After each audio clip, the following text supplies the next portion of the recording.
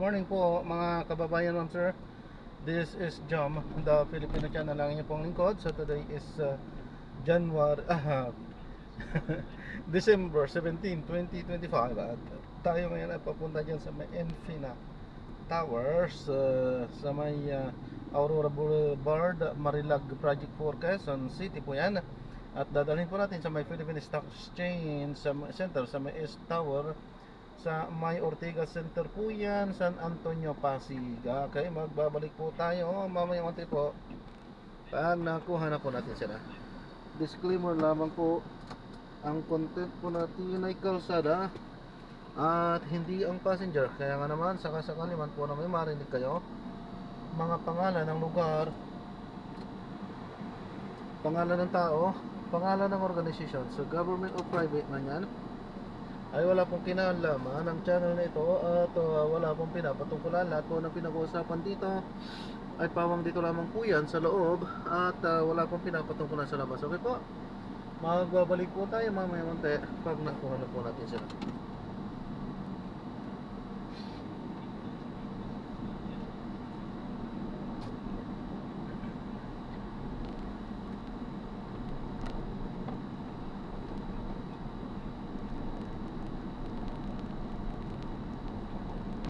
Yan, makinig tayo ng mga nagbabagang balita at mga talakayan. Nakita yung red lips na, mag-aalala na po tayo. Uy, naku! Okay, kumakain. Hanapon ni Candy. Wapo si Pap-Pap. Ano yung Pap-Pap? Pla-Pla. Piccolo, 5-star, Giant Bawang, Giant Diesel Bomb, Atomic Bomb, Large Size, Putas, Sprout, at Sugat Lolo. Ito pa iba. Ito yung Goodbye Bading. Nandiyan pa rin si Goodbye Bading. Pati si Lolo Thunder, Atomic Triangle, Mother Rocket, Goodbye Philippines. Eto pa ito, Goodbye de Lima, meron pa rin. Aba, Goodbye Napoles, meron pa rin. Pati yung Coke in Can, Bin Laden, at Philback, meron pa. Eto, hindi ko kabisa. Ano yung Kabasi? Ano itsura niya? Ayan. Super Yolanda, Boga, Piton, Hello Columbia, Tuna, GPH Nuclear ba? Special, Goodbye Chismosa. Yung kailangan natin. King Kong at Dark Bomb. Pilipinig ko, iba-iba man ang pangalan nito, pare-pareho lang din ang laman yan at pinsalan yan. Maaaring bago bagong taon may bagong pangalan na naman na lumabas. Yung timbang ng kanilang pulpura. Medyo matindi sa normal, mas malaki. Naabang ko sana, wala bang pork barrel. Malay mo naman, ano ba ng petsa ngayon? Wala bang Goodbye Saldi, mga ganon. Mga ganon. Antayin mo. Ha? Antayin mo. Ano, Goodbye DPWH? Cross control! Kaya, Ghost Project! Lakas nun! 949, wanunuan. Walang personalan. 1-on-1, walang personalan!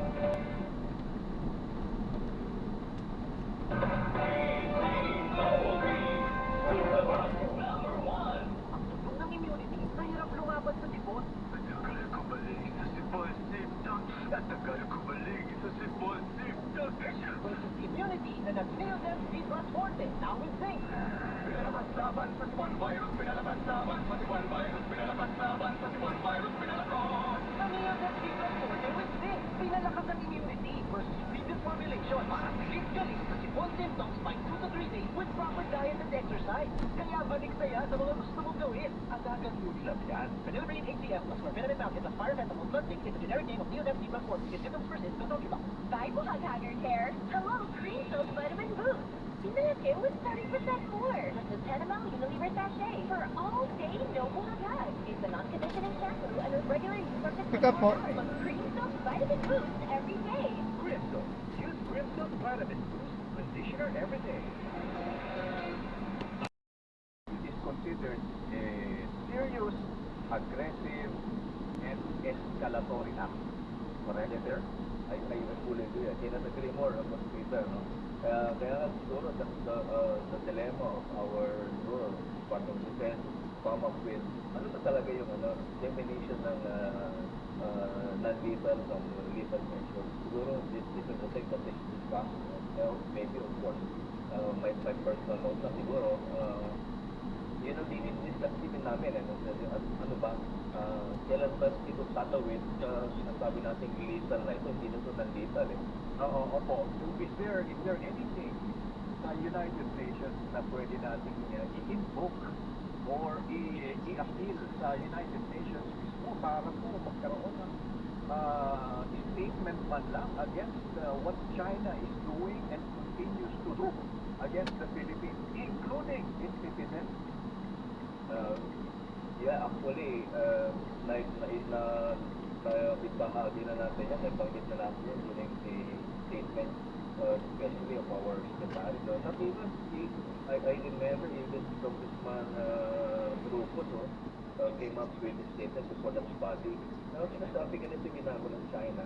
Alam mo naman UN, I don't know, hindi ko nag-dynamics na, no? But salita doon, I don't know how the General Assembly is acting on those things. Siguro the DFA would be the proper department or agency to look into it and maybe explain to us, explain to the public how the UN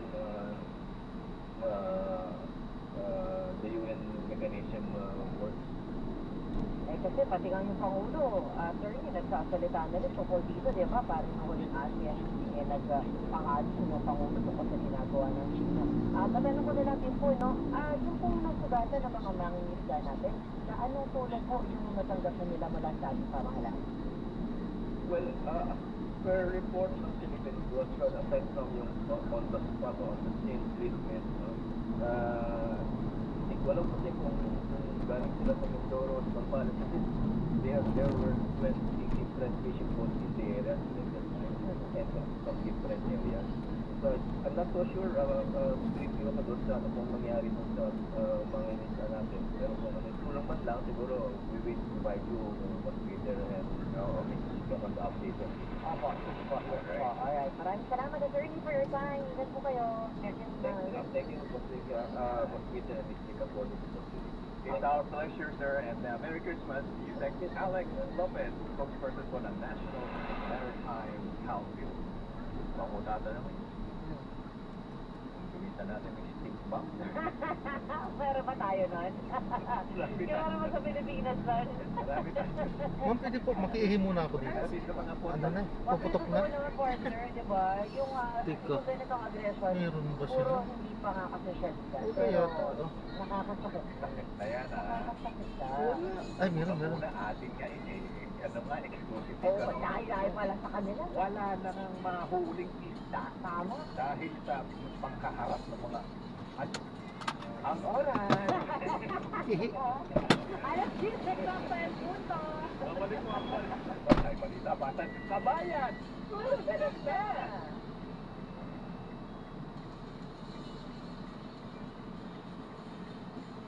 Sina Peter Musi at Rica Lazo sa Balita Tahan.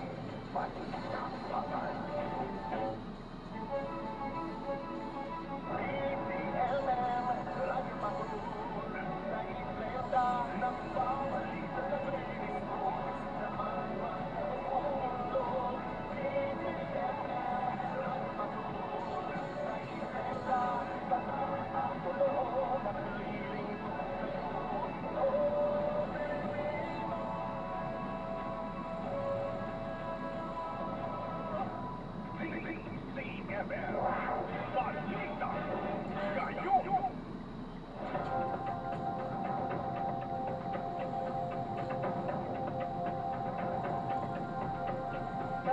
Nagkasundo ang Pilipinas at Australia na magpapalitan ng impormasyon sa nagpapatuloy na investigasyon sa mass shooting sa Bondi Beach na ikinasawi ng 15. Ayon kay Foreign Affairs Secretary Maria Teresa Lazaro, nagkausap sila ni Australian Foreign Minister Penny Wong at binigyang diin ang pakikisa ng Pilipinas sa Australia sa usapin ng law enforcement. Nagpaabot din ang pakikiramay ang kaninin sa trahedya. Una nang kinumpirma ng Bureau of Immigration na galing sa Pilipinas ang mga sangkot sa mass shooting sa Australia. November 1, dumating sa Pilipinas ang madamang suspect na nanatili ng 28 araw sa Davao at tumalis noong November 28. Iimbestigahan ng National Bureau of Investigation ang aktibidad ng mga suspect Darod na pabansa na Australian media na maaaring nakakuha ng ang mag-ama ng sinasabing military training sa Pilipinas. Sa ibang balita, sinampahan ng reklamo ang isang dating opisyal ng DPWH kaugnay ng hindi otorisadong konstruksyon sa Malabon. Narito ang balitang kumpirmado, sigurado at General Patrol, Luzon Pag-Ico. Labag sa Anti-Rock Practices Act ang sinampa ng lokal na pamahalaan ng Malabon laban si dating DPWH Malabon na Botas District Engineer Aristotel Ramos. Sa pahayag ng lungsod at ng reklamo, inaalam ng demolisyon at konstruksyon ng barangay multi-purpose building sa San Sangkos sa barangay Katmon na paglabagaan nila sa National Building at Local Government Code. Lumalabas sa inspeksyon ng City Engineering Department na walang authorization mula sa lokal na pamahalaan at walang demolisyon building permit ang proyekto. Kasama rin sa ang reklamo sa Radiscaya na kinatawan ng Alpha and Omega Development Corporation na kontraktor sa proyekto. Yan ang balitang kumpirmado, sigurado, ang Radyo Patrol. Maraming salamat, Nico Bagsik. At abangan mamaya sa headline ngayon, Phase 1 ng EDSA Rehabilitation isimula na sa Bisperas ng Pasko. So, Regulatory Board naghahanda na sa dagsa ng mga motorista sa mga expressway ngayong Christmas rush. At puro arestado sa pananakit at pilit umanong pagpapakain ng isip sa estudyante sa Maynila. At yan ang mga balitang kumpirmado sigurado basta't may nangyari. Nakareport agad sa CCTV at sa aming ang Facebook. Ako po, Jessica Lange. CMM Balita Ngayon.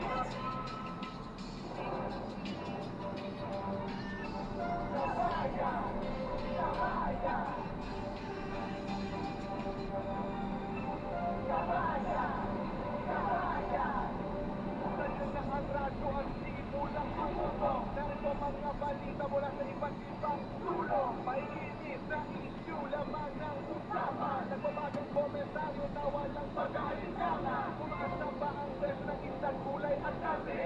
Magkano o magkano na kaya ang pamasahe? Ano kaya ang lagay sa daloy ng trapiko? Umahan ba ang petrolyo? Ano na ba ang balita sa labas ng bansa? Umuulan na ba ang ating ekonomiya? Mga latest sa showbiz at kung ano pang gusto, walang tatas. Dito ang mga tao mga Asam ni Pangulo Ferdinand Marcos Jr. ang mga bagong tubong ng PNP General na ipatupad ang mas mataas na asas ng seguridad at pagbabantay para sa kaligtasan ng mamamayan ngayon sa panahon ng Pasko.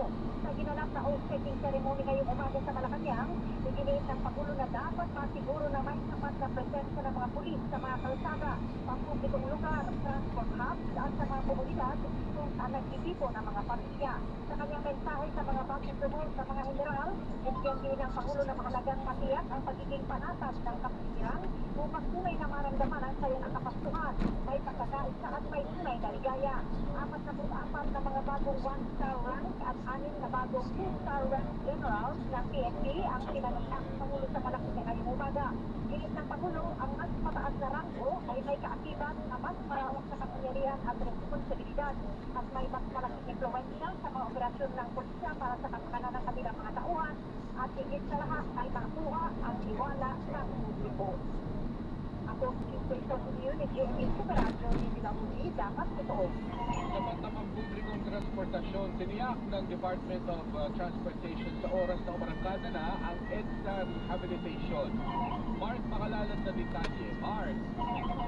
PNP Transportation Unit Giovanni Lopez na sapat ang pampublikong transportasyon. Mga sasakyan ng mga pasero oras na umarangkada ng Phase 1 ng EDSA Rehabilitation December 24. At Lopez managing ng dedicated day ang buses at doon sa talagang mag-expect sa mga bus na tatakbo ito. Sa ngayon, 200 na buses ang tumatakbo sa Bus Carousel ating inabasma na nagtagpay. Oras na umaragatan ay sa pagkihap, ang EDSA sinihap, isimulan ito sa Quezon State at ituusap sa susunod niya ang daraanan ng mga bus. Sa madalas natin naman developers na hindi ka muli magpapatupad ng International Engineering Emergency Service na operasyon ito at kailangan ng sapat na oras para sa maintenance. Ito malaking bakit umulo ang bandang ng train na tatakbo sa mula Pasko para makapagsinay ng mas maraming mga pasahero. Mula ng activity na Secretary ng Season, kanina mag-instruction lang ang naitutulog ng test na rehabilitation na binago mula sa original na plano. Ang inyong kapuso na nagmakalala ng GMA, Super Radio, isinabalik ng pagpapaloob. Samantala, yung food inflation sa Palawan, bumilis itong Nobyembre at detalye mula kay June Bastaculo ng Super Radio Palawan. June? Naglis sa ang naitarang intensyon sa panggat ng pagkain sa Palawan at Puerto Princesa kung nakalipas sa buwan ng Nobyembre. Sabi sa datos ng PSA Palawan, naitala ang food inflation sa Puerto Princesa sa 1.7%, mas mataas kung negative sa negative 0.6% noong Oktubre. Samantala sa nalabigan naman ng Palawan, umaabot sa 0.6% ang food inflation, mas mataas sa negative 1.9% noong Oktubre.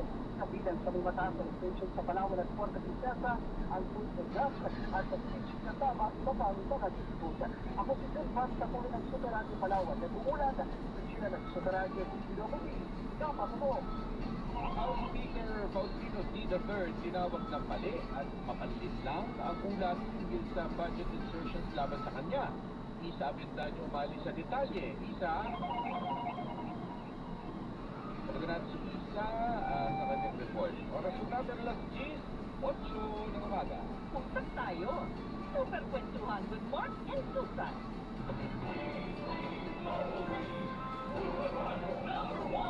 Yun kung usapang food supplement for kids muna tayo. Nasabi mo na ba at some point sa buhay mo, buti na lang at pangkat ko. Hanggang ngayon, yan ang hindi ng mga moms para sa kanilang kids. Buti na lang may cherry syrup na may CGF, tulong sa proper growth and development ng mga chikiting with proper diet and exercise. Meron pa yung lysine, taurine at essential vitamins. Kaya sa bawat compliment sa height nila, siyempre, proud of that si ma'am. Mahalagang paalala, ang cherry syrup ay hindi gamot at hindi dapat gamitin pang gamot sa anumang uri ng sakit. Kung haghagard ka matipid, try Cream Silk to Wash Fast. Nourish your hair with vitamins for just 5 pesos per wash. Based on SRP, afford araw-araw and straight and smooth hair with Cream Silk to Wash Fast. Crimson. Use Crimson Vitamin Boost Conditioner every day. Araw-araw, every para extra.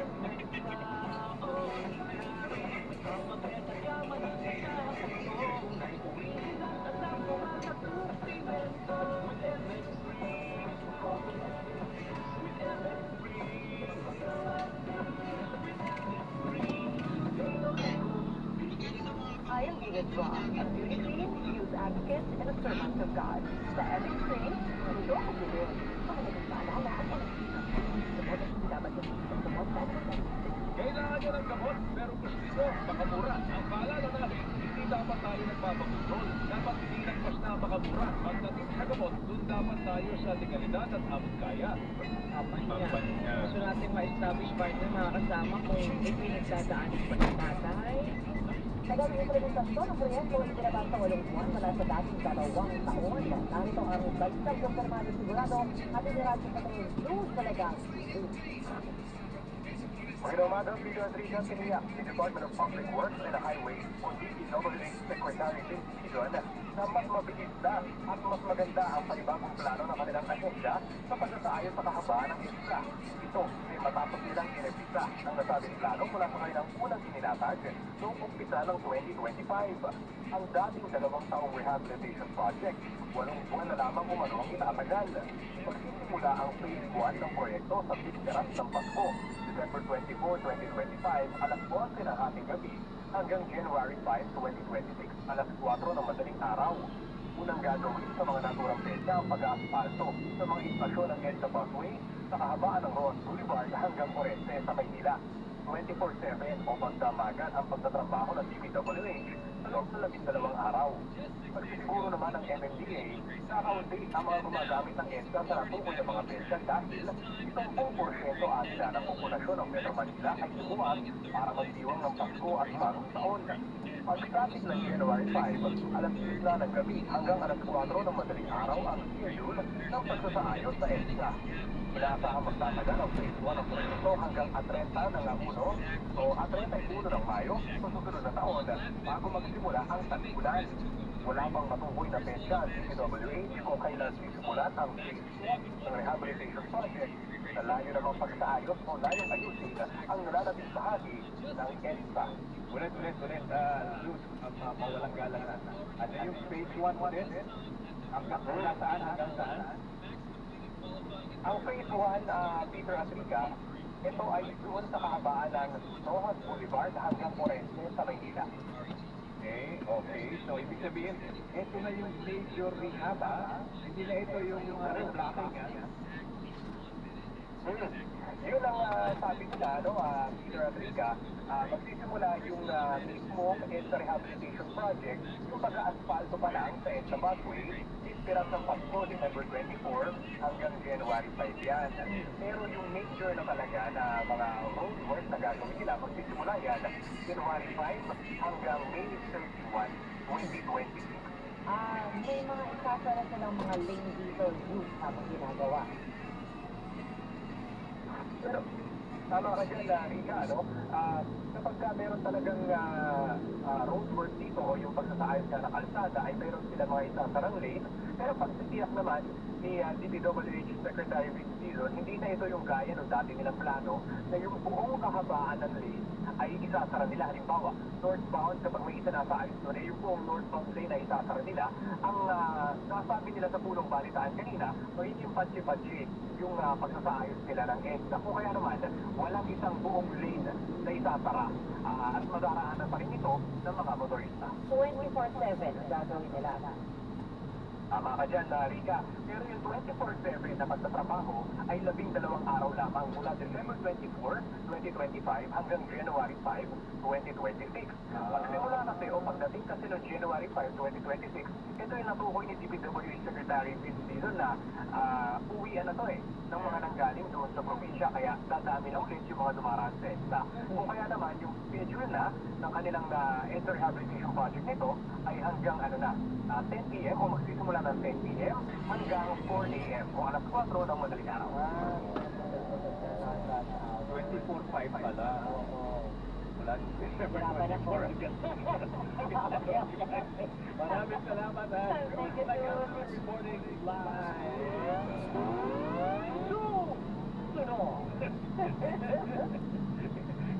Natutuwa ako makakausap rin finally.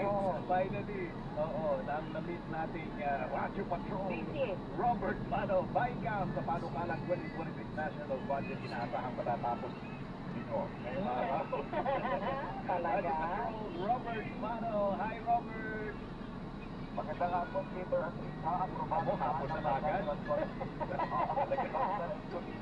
Ang 889.2 billion pesos na pondo para sa Office of the Vice President para sa susunod na taon. Ang halagang ito ay pareho ng unang inilaan sa ilalim ng National Expenditure Program o NEP.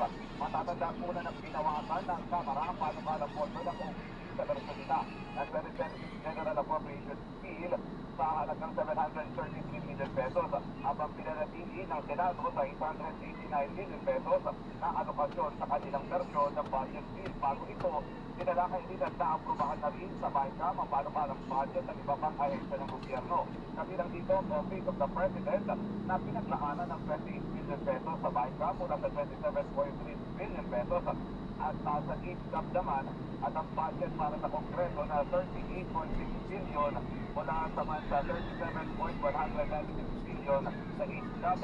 Pinagpaliban na muna ng BICAM ang pagdalakay sa panukalang budget na DPWH dahil bubunitiin pa at meron ng bagong datos ng cost of materials na inulit nila at ahensya. Ngayong araw, inaasahan na pag-uusapan at magkakaroon ng deliberasyon ang BICAM. So, isang ahensya na lamang ang nakatakdang pag-usapan at tandahin ng BICAM at mamayang hapon, base sa kalalabas na advisory nila ngayon, ay alas 4 mamayang hapon, muling magkukonsil ang BICAM para tapos na itong labing isa pang isip na nakatakda nilang lansahin yung version ng kanilang mga paano batas para sa 2026 proposed national budget, Peter. So, ibig sabihin, tama yung lead na matatapos na yung araw na ito, yung 2020 National Budget BICAM deliberation. Yan yung sinabi kaninang madaling araw ng dalawang chairperson ng House Appropriations Committee, Representative Rita and then si Senator Will Gatchalian. Ang binabanggit nila ay tatapusin nila today para pagdating ng Lunes ay maihahin nila ito sa kanilang mga plenaryo para ratifikahan naman ng bawat miyembro ng Kamara at maging ng Senado, and then eventually maipadala sa Parlamento para number one, napag-aralan para enough time up natin na pag-aralan yung paano kalapatan na yan, and then eventually kung wala ng tanong o wala ng mga question doon ay pirmahan ng Pangulo bago matapos ang taon. May printing pa yan, ha? Na mga 4 yatang araw, Robert, tama ba? Tama yun. 3 araw initially yung printing niya dahil makakapal yung mga documents. Kasama yun doon sa schedule ng BICAM. Kasama yun sa in-anticipate na nila. Kaya nagkaroon sila ng mga extra days na just in case lang hindi umabot doon sa pagtutus nito at o pagpasa sa BICAM. At dahil na nagkaroon ng yung isang araw hindi natuloy, and then yung unang araw sana nila last Friday hindi natuloy, so na-consume na yung extra days nila. Pero just the same, ang sabi ni Senator Will Gatchalian ay on track pa rin naman sila at kaya pa ng schedule nila. Oo, sabi nga ni Doris, hari nawa. Oo, hari nawa. Maraming salamat. It's good to have you back, Robert Mano. Extra, please. Yan ang salitang kumpirmado, sigurado. Ito ang Radyo Patrol, Robert Mano, DZMS. Basta may nangyari, nakareport agad sa Daily CNN. Radyo Patrol sa Istresa.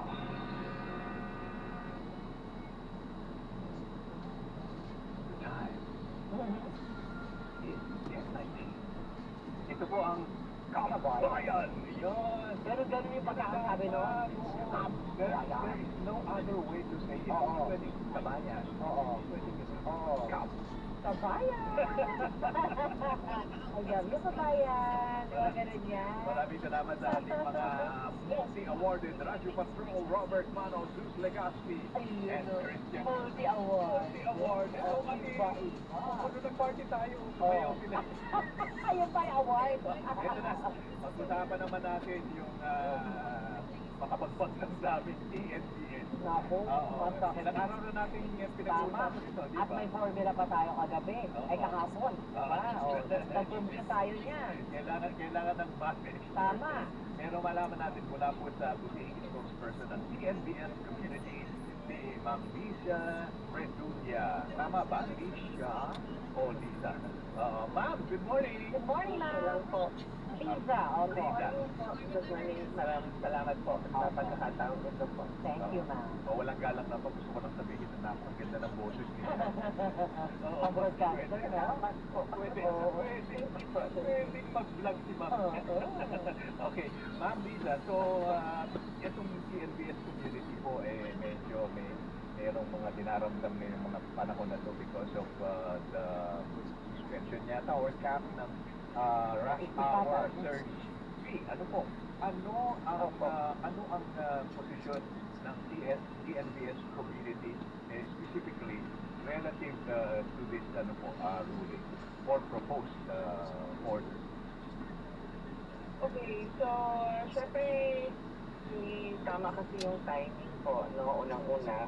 Kaya kami po ay nalulungkot at at the same time nababahala rin po, no, sa pangyayaring pagpiyas nitong search nga po na sinasabi natin. Kasi ito po ay dagdag kita na pambalanse sana po sa hanap buhay namin bilang mga TNBS drivers.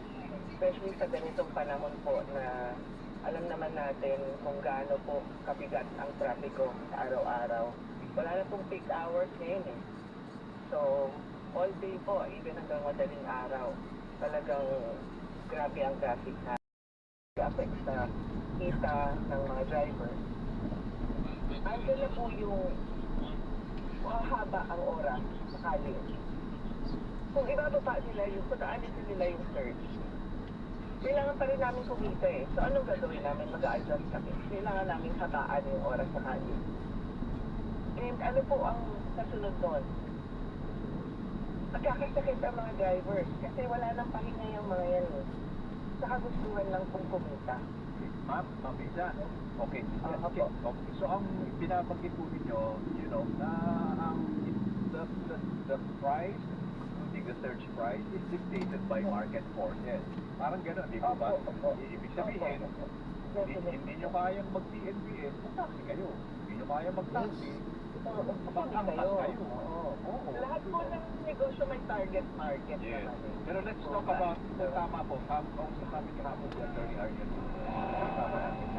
the formula to compute the surge pricing. And we will now ask for your confirmation kung tama po ito. No?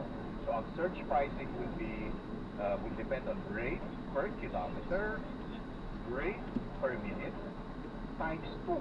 Yan ang surge pricing over and above the base rate. Tama po? Opo, sa mababaw na pagkakaalam ko, no? Kasi yung ganyang ayoko magkamali po eh. Kaya I will leave it to our TNC para po sagutin yung tanong tungkol sa mathematics tungkol dyan. Pero tama po yan. Tama po yan. So you confirm, no? Rate per kilometer, tapos meron pang rate per minute times 2. Yan ang surge pricing. Ang masakit po nito, sabi nga ninyo, halos lahat ng oras rush hour, and therefore the surge pricing is in effect. Correct? Hindi po yun ang nangyayari sa ground. Kaya nga po, No, but I mean, meron po bang ruling? What hours talaga pwedeng i-apply lang ito? Let's be very clear about it, ma'am.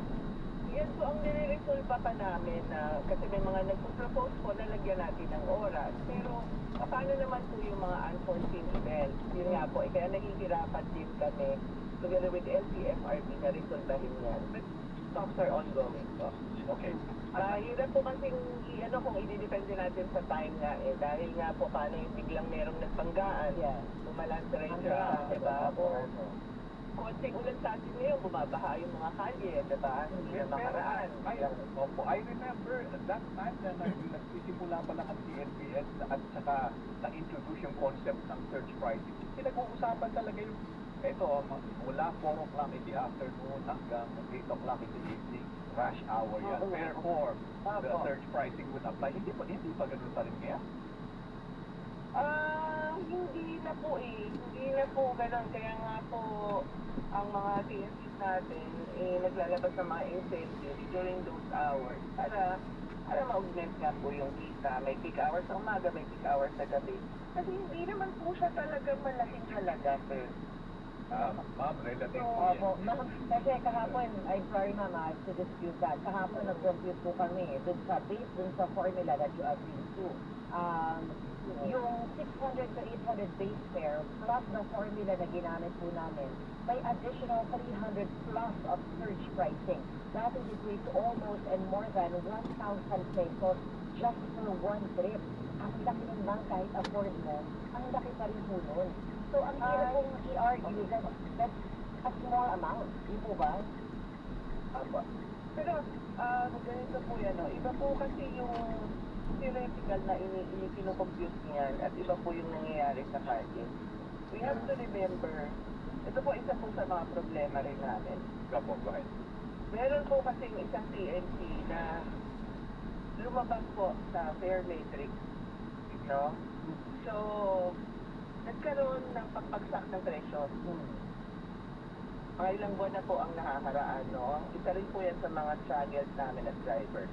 Yun nga po, isa rin sa hiling namin sa mga regulators na bigyang pansin din para maibalik sa tama yung pamasahe mismo na base fare. So, meron po kaming mga fingerprints na mga ebidensya po, no, na actual booking na pinapakita kung gaano kalugi mga pamasahing kukuha namin just to compete sa mga kalaban sa merkado. Dahil nga po dito sa isang hindi na Ano po, nagpagdak Miss Moses? ng presyo para lang makakuha ng mga pasahero at makaangat sa merkado. No? So, hindi po yung sinumpit nyo, hindi ko alam kung ano yung exact mga detalye na but I respect that, pero yung action na nangyayari po, yun po ang sinasabi natin dito, no? Na pang-araw-araw siguro sa bensing biyahe, baka makakuha yan ng higit pa sa kalahati na ang tawag nga po dyan barya-barya, pesos-pesos, no? Variable. Buti ka, opo, variable po. Okay. So pick up fare, isa pa po ito, yung pick up fare. Yan. Sa pag-pick up pa lang, hindi naman po yan kasama sa pamasahe eh.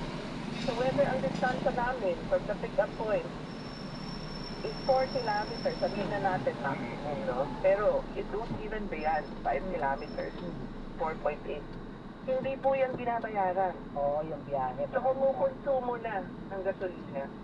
Kaya ayaw din po namin isa walang bahala po yung boses ng mga commuters, no?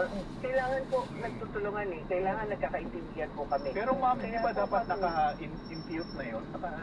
In other words, talagang, pag sinabi nilang, ito, ipin mo dito sa lugar na ito, alam niyo naman kung may i-accept nyo.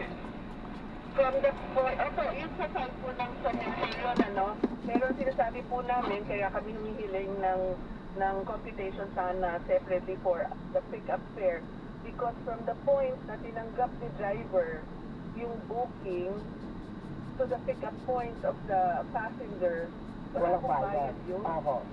Yeah, but ganun din po yung prinsipyo dun You may or you may not accept.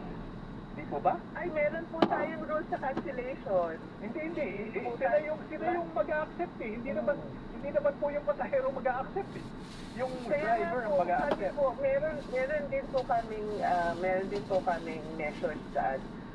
Hindi po kami pwedeng as much as possible lahat po dapat ina-accept. Okay, Ma'am Lisa, sorry po, I just have to include this, no?